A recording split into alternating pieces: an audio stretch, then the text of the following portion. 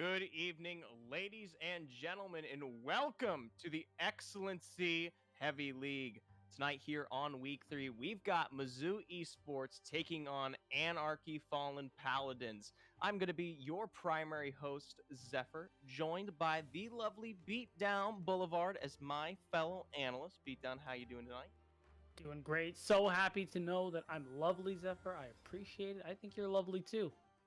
Oh, well, that's definitely more nice than most people usually give me, but we can save it. We can be nice as we want tonight, beat down towards each other, but I feel like we've got some tension here on the desk tonight because we're going to be bringing in the one, the only Paul, and additionally Dia himself, because we've got a little bit of a competition that we're going to go into here, as both of us are going to be bringing you our opinions on the Heavy League power rankings. Ta-da. There you are. Magical, beautiful. Dia, Paul, welcome to the desk, my friends. I know you saw yourselves back here last week, but, you know, glad to have you this time around. Thank you very much. I'm looking at your power rankings right now, and I'm sweating it out. What does that mean? I'm just, you know, obviously we talked about in the first in the week where we were saying, oh, let's try this out. We saw CGC most likely first. I'm actually impressed that we both have Vlad Benner's only second, but our third deferring third and fifth swapping around, I think, is interesting. Okay, my biggest problem here out of Let me hear it, Zephyr. Let me hear it. Yeah. What's your biggest problem here?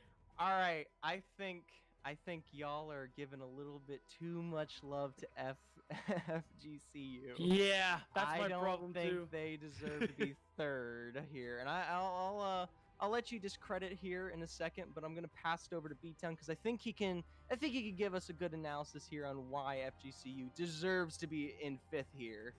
Okay. Yeah, a lot. Even though it's only been a couple of weeks, I think at least with Zephyr and myself, the way we've been looking at these teams is part of it is how they compare to CGC. We all agree they're the best team by and large right now in XLNC, and to be honest, it's not even close. They 2-0 everybody. They make it look really hard. They make it look really easy, rather. And the best thing we can do and glean from that is how other teams play into that. Do they just roll over and die? Do they actually fight back? And I don't really see that much fighting back from FGCU so far. The performances we've seen from them they're okay. I think even their only win this season was Zephyr. Remind me who it was. It was like a bottom 5 or bottom 4 team, wasn't it? FGCU, they beat Mizzou week 1. Yeah, they beat exactly. And even though we don't have them at the same spot, we have Mizzou as bottom 2, and that was a 3-game series as well. So it's really hard to justify putting them in third place when you have the likes of Booyah Exiles, especially. That's a team we figured there'd be a little bit of tension on in comparison because Booyah Exiles, the only other team to have dominating showings like we see from CGC. They smashed YO Boomers, who admittedly we have 6th, but still, to be able to win so well, to be able to take leads and push them into exceptional leads, insurmountable leads, is also why we think they should be higher than, at the very least, FGCU. I hear you, and Paul, maybe do you want to take why we have FGCU high, or at least why we have Booyah lower? Yeah, I want to take why we have FGCU higher at least first, because seeing them last season, part of it is the idea that they did make quarterfinals last year, so we saw what they were capable of then. So there is a little bit of carryover in that respect. The other thing too, we think there's a lot of potential if they can shore up some of their consistency issues.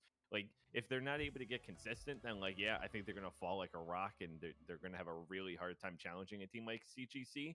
But if they can tweak a couple of things here and there to just be a consistently great team and not just a consistently good team, I think that potential we saw a lot higher to put them in that 3 spot rather than the 5. But it minimum, though, it wasn't easy. Like, that was a really hard spot to pick. And actually, I'm kind of surprised the way our list, that's like the only major swap. But I can see why you would have gone the other way.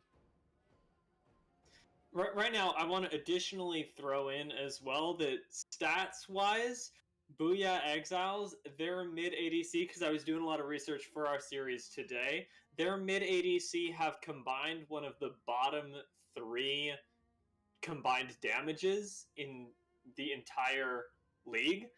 And and FGCU ranks above them, and not only are they already ranking above them, but they're already a roster that's had the time to synergize and have had that last season. We saw their adaptability all the way to quarterfinals. This season, we saw a little taste of that, and I think that consistency is their main issue. But Booyah still need to mesh together as a team, which is, I think, what makes me put them so much lower.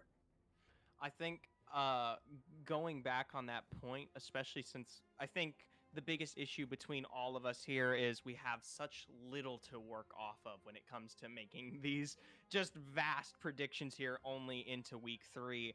And I think one of the biggest credits right there with you, Dia, is especially your focus on that mid and AD combo, respectively. When we saw the CGC game, there were some really heavy games where you saw Booyah take there was a little bit of a front in one of those games there where you did not see a lot of potential, and I can see almost maybe I'll throw it out there. It's a word. It's called outlier, and maybe that's why we see a little bit of that pressure. But like I said, and going back, you just said it yourself. FGCU, they are a put together team. They've seen play. They know their history here, and they're not 2-0ing as of yet. And for a team that's had that kind of history, if they are expected to be in the 3rd place, I would want to see them more dominant, especially over guys like Mizzou. Yeah, that's really like the biggest thing that's kind of hurting our view of them in that regard. Because again, the thing we share most notably in this scenario is that Mizzou are bottom 2. You may have Lotus below them, but 7th place still Which isn't doesn't that make much sense. better. And to go, yeah, we'll get into that too. But for them to go to 3 games against Mizzou, I don't know. Like if the worst team, at least in our opinion, in this league currently takes you to 3 games, I don't think you're a top 3 team.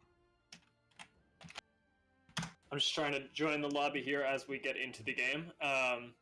Oh, there we go. As I'm meant to try again. But I want to talk about the bottom teams as well, because there was actually something that, as much as we addressed that the actual standings aren't that different, I want to address what it is that made you swap those around, because having something like Lotus in 7th was actually like a pretty strong point of contention for us when we were talking about where we thought the teams were individually, and I want to know what made you put them above Mizzou.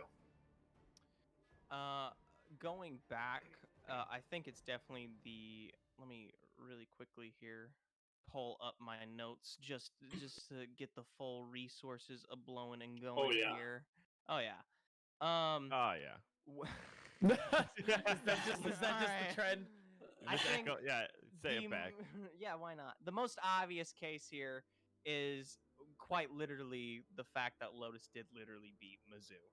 And up into that point, week 1, I feel like Lotus and Mizzou were kind of equivalent here, and we had a perfect game come into week 2. It was them against each other, and Lotus won. And it's very simple, and at the end of the day, you could take it from a broader standpoint. You can be like Dia, and you can read into some of the statistics and stuff. I know he's got that big brain going, but me, simple monkey man over here with little brain cell, see Lotus win, beat Mizzou lower. There you go, big brain.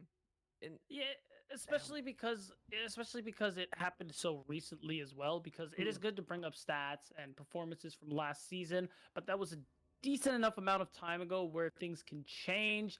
Teammates can change, so I think we really do need to have that little bit of recency bias there, and it doesn't get any more recent than what was it last week, where Lotus beat Mizzou pretty handedly. Wow, big I know. Thoughts.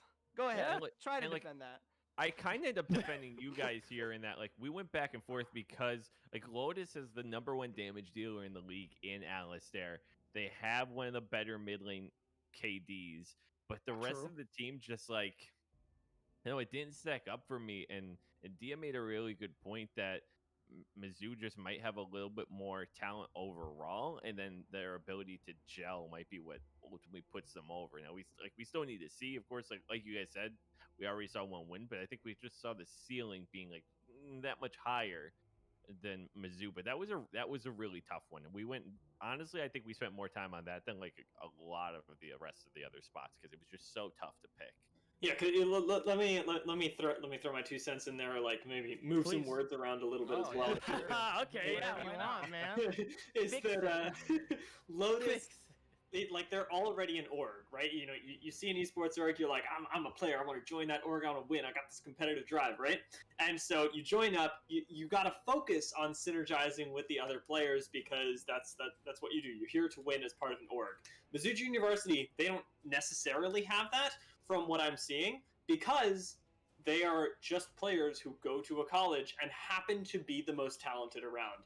They may not have grasped what it means to be a competitive team yet, whereas players that are competing on Lotus are expected to, in my opinion, already have that idea of needing to play as a team. Mizzou, very individually talented players that have just been brought together. And I think that their ceiling is just a little bit higher because of that ability to build up those fundamentals in team play and then get their individual talent that, like we said, has already been brought out by the fact that they're on the team to a point where they can top Lotus. Yeah.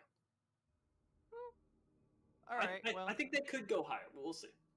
I don't. You know. Yeah. As you can see by my listing here, right there in 7th and 8th. But with all of that being said, though, and with you guys being as wrong as you have been here on the desk, we appreciate you for joining us in this awful segment, and we hope to never see you again or meet the ends and eyes with you here on the XLNC Heavy League. With that, though, me and Beatdown are going to take the reins, discuss a little bit about the games, and quickly kind of head into pro draft here roughly as soon as possible. So thank you, Paul. Thank you, Dia. Get out.